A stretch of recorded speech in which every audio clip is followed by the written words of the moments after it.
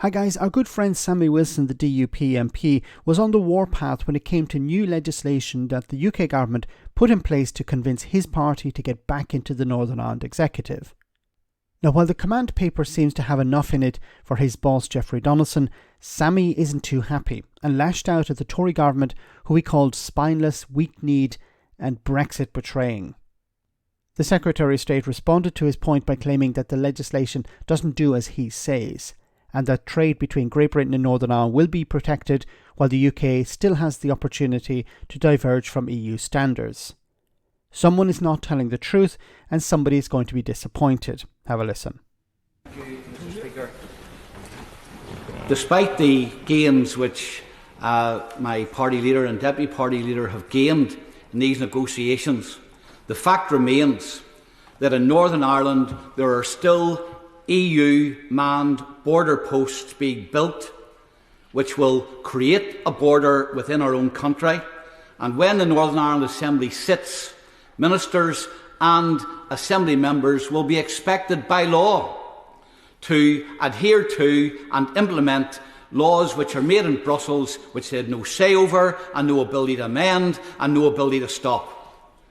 This is a result of this spineless, weak-kneed, Brexit-betraying government refusing to take on the EU and its interference in Northern Ireland. The government has admitted that there will be divergence in the future, and on page 27 of the command, or 17 of the commanded paper, there's an indication that there will be a legal requirement that new legislation assessed as to whether it impacts on trade between Northern Ireland and GB, and if so, ministers have to make a statement. We've had the Minister of State only this week saying that that does not mean that the UK government cannot introduce laws which diverge from the EU laws which apply in Northern Ireland. What is it? Is Northern Ireland going to find it's got the ability to stay tied to the United Kingdom, or will the government proceed happily to change laws here regardless of the impact it has on Northern Ireland? Okay, before we get to the Secretary of State and his response, this is ridiculous. Sammy Wilson wants the UK to diverge from EU standards, but he doesn't want the impact on trade to take place. He doesn't want extra checks between Great Britain and Northern Ireland. But if the UK diverges from EU standards, that's reality. Sammy Wilson is arguing against reality. Now, what the command paper includes, and I'll explain later on, is pretty damaging to UK business in order to keep the DUP happy. I thank the honourable gentleman for his question, and there are a number of points to it. Forgive me, some of the points he made were actually incorrect.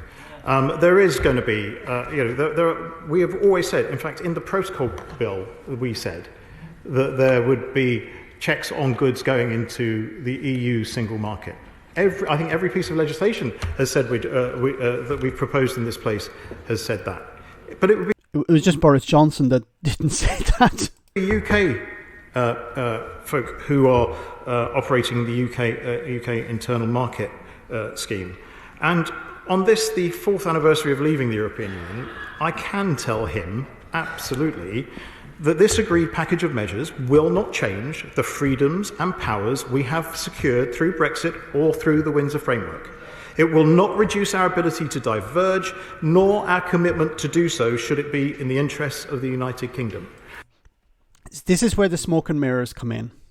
So and maybe Christine Harris agreed to go with this, I don't know. But what the legislation will do is, when the EU introduce new regulations, for example, the UK will have to follow them if they want to maintain frictionless trade between Great Britain and Northern Ireland. But in order to present the idea that it's actually us taking back control, it would be discussed in Parliament or discussed in Cabinet. And then the Cabinet, of course, will decide, yes, we support this new change in legislation to follow EU standards, but they won't describe it as that. There's no way they could have gotten away with this unless they had negotiated it and agreed it with the European Union. So what will happen is the EU will introduce new legislation. this will create this could potentially create a divergence between the EU and the UK. The UK will say, okay, what we're going to do is we're going to introduce new legislation to new regulations to match EU standards, not because we're matching EU standards, but because we think it's a good idea. This is what's going to happen. And the DUP are not happy with that because the DUP want Brexit. He mentions, I think it's clause 13C of one of the statutory instruments. There is a whole swathe of things that happen behind the scenes before a bill is brought before this House. And one of them, which the Honourable Member for Belfast East has complained to me before about, is a public a thing we call PBL, where we do a star chamber of bills, and the Secretaries of State for Scotland, Northern Ireland and Wales attend that to state whether there's any particular adverse effect of the legislation being mooted. What we are saying is, and what the Honourable Gentleman rightly asked for, is transparency. Publishing a written ministerial statement when there is a huge or possibility of significant adverse effect to UK GB-NI trade, publishing a written ministerial statement is not in any way what he says it is. Oh, okay. So Chris Heaton-Harris was not happy there. Now, there is a big problem with this. At the moment, goods going into Northern Ireland that should not go from Northern Ireland into the rest of the single market must be labelled not for sale in EU. Now, this has created a problem because it has resulted in businesses in Great Britain deciding, look, I'm not going to sell into the EU. I'm not going to sell to Northern Ireland because I have to label all of my products that are going there not for sale in the EU. And this is a cost. This is a direct result of demands from the DUP. What seems to be happening now is that according to the command paper, is that all products will be labelled not for sale in the EU.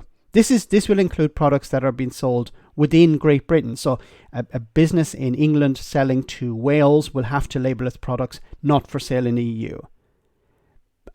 Businesses in England selling to England or to Scotland will have to label their products not for sale in the EU. This is not all products, but it's certain products.